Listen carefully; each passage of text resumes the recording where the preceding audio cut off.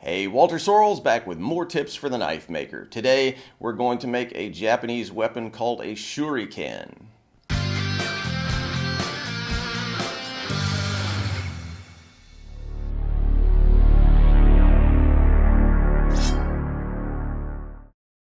So if you caught the first part of this video, you'll know that the term shuriken refers to basically just Japanese throwing weapons, traditional throwing weapons, and this would include throwing stars as well as what we're going to make today, which is more like a big giant nail. So in part one of this video, we made a very simple kind of rough shuriken.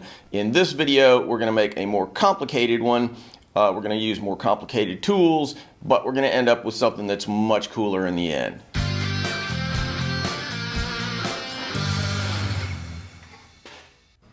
This will be a little bit more complicated, but still, at the end of the day, it's a pretty simple thing if you have a forge and an anvil. But we'll be adding a few silly wrinkles just to keep things entertaining. After all, this project is basically nothing more than a big nail, so let's not take it too seriously. The steel I'm using is S5, a shock-resistant silicon steel. The truth is that it's not that important what kind of steel you use for this project. Any steel you might normally use for forging an edge tool should work fine. I'm going to be forging 3 cylindrical darts that'll be roughly 3/8 of an inch in diameter and about 7 inches long. But I'm starting with this 3/4 inch thick barb S5 steel. So how much stock do I need to cut off so that I don't waste a bunch of steel or run out in the middle? Well, the volume of a cylinder is pi r square h, that is pi, which is 3.1415926 blah blah blah. Okay, I'll just save you the math. The answer is a little over 5 inches. So I'll cut my stock to 5.25 inches.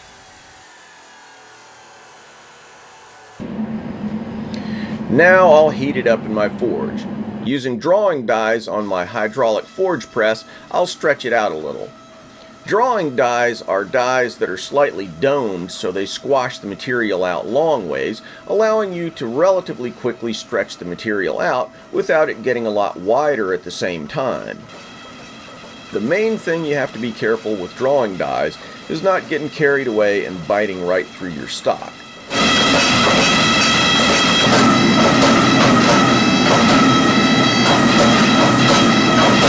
Next, I'll switch to flat dies and round the stock off a little, getting rid of all the little wiggles.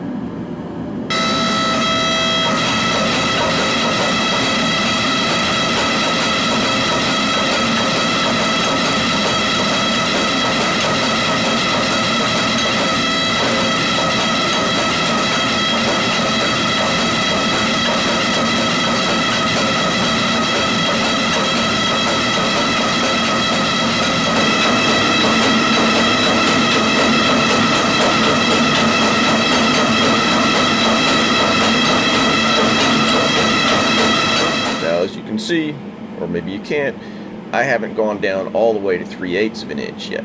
Why? Because of course you could do all this by hand, so let's see how that works. One way to do that is to use the peen on my hammer to draw out the stock.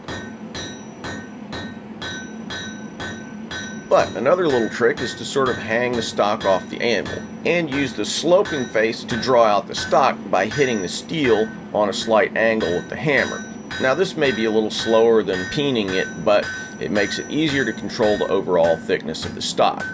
I'm rotating as I go so that I maintain a relatively round profile and I don't have to do a lot of cleaning up at the end.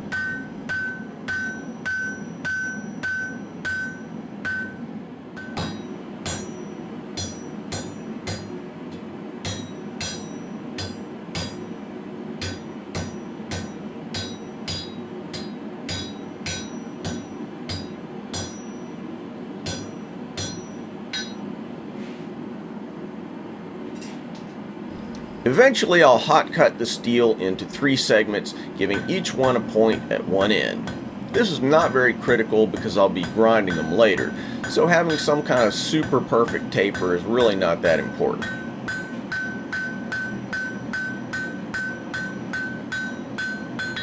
And here we go. We end up with 3 kind of nail looking things.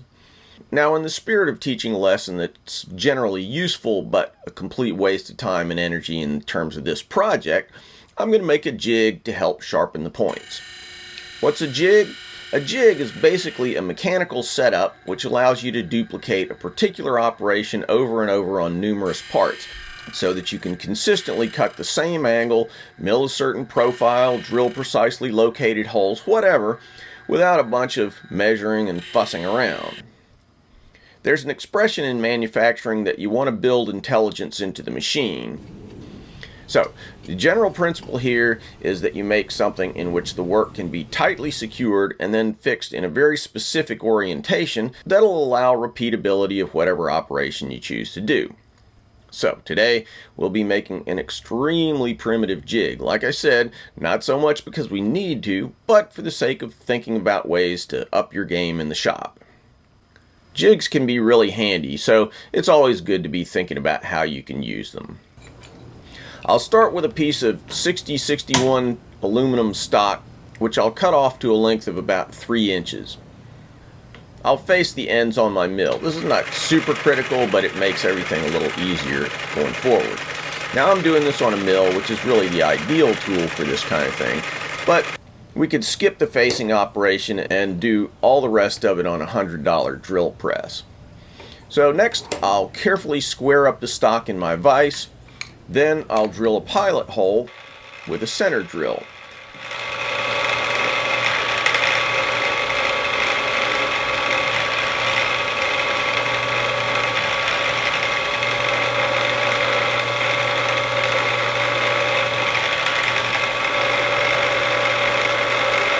And swap that out for a normal twist drill. If you just use a normal twist drill to drill a long hole like this, it'll invariably wander and your hole will end up off center. So it's important anytime you're trying to get accurate long holes that you center drill that first hole. In order to do that, it's important to start with a center drill or a stub drill that's intended specifically for making accurate pilot holes like this. I'll drill away until I come out the other side. See? Smack dead center. Next, I drill a couple of 1/4-inch holes in the top.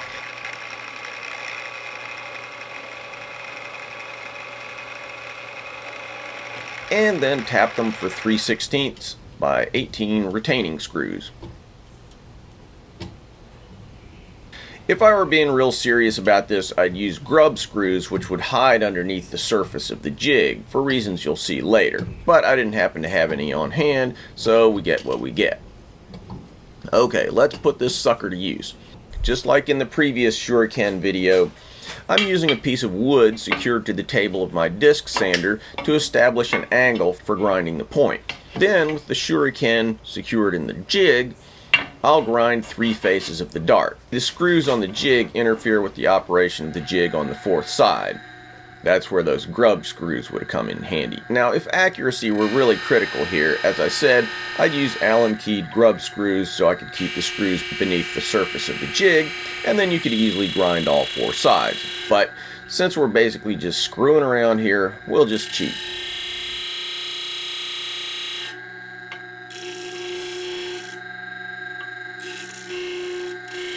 And here's the result. A dart with 4 crisp facets making a nice sharp point. Now, in my previous video, we didn't heat treat our darts at all. They were made from rebar, which you can't harden. But when you're doing big boy work with steel cutting tools, you should always use an appropriate hardenable steel. As I said before, I'm using S5, which is a shock-resistant steel. Of course, this application is going to have a lot of shock, so in theory, this is an appropriate steel. But really, so what? The normal way to make these would be just to harden the tip, leaving the rest of the shuriken soft and shock-resistant anyway. So it would work fine with 1050, 1075, 1095, 01, whatever. It's really not important. But in the generally non-serious spirit of this video, I'm using S5, which is sort of silly overkill, but so what? If you can't have fun and screw around in your shop, then what's the point of being there? So, the heat treating regimen recommended for S5 by the manufacturer is fairly complex.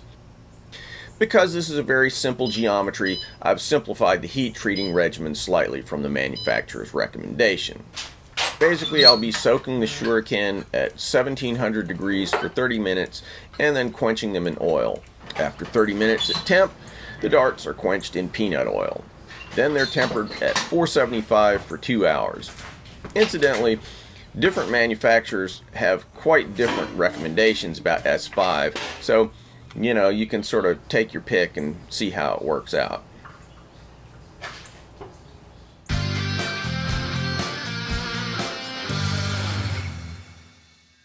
Anyway, using the jig again here, I'll give the darts a final sharpening.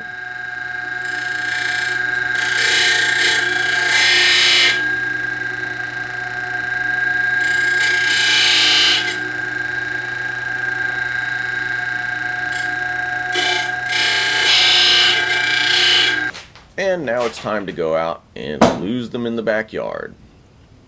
I mentioned this in the previous video, but I'll mention it again.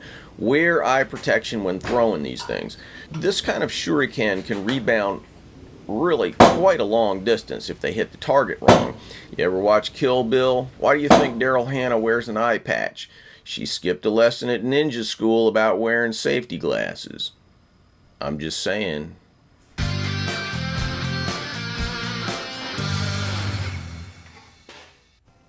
Alright, so that about wraps everything up. So we've done two different versions of the same little weapon.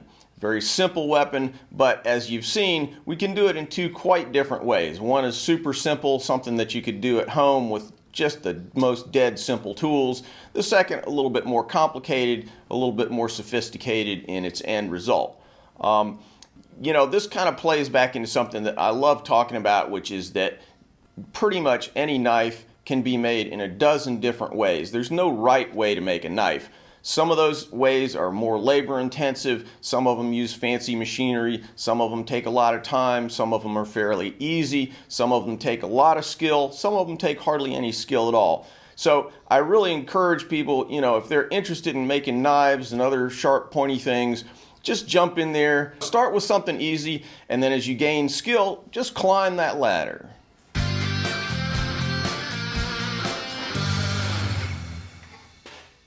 Hey guys, if you found value in this video, I hope you'll consider partnering with the channel to help us bring more videos, better videos, more knives, more techniques, all that cool stuff. Click the link to Patreon to help this channel. Also, if you haven't subscribed yet, bro, what are you waiting on? And check me out on Facebook, Twitter, Instagram, all that good stuff. Also, if you're into Japanese swords, check out my website, waltersorrellsblades.com, where you'll see more of my work and where you'll find videos about the making of Japanese swords, along with mounting, fittings, polishing, hamones, all kinds of good stuff. Now, more videos.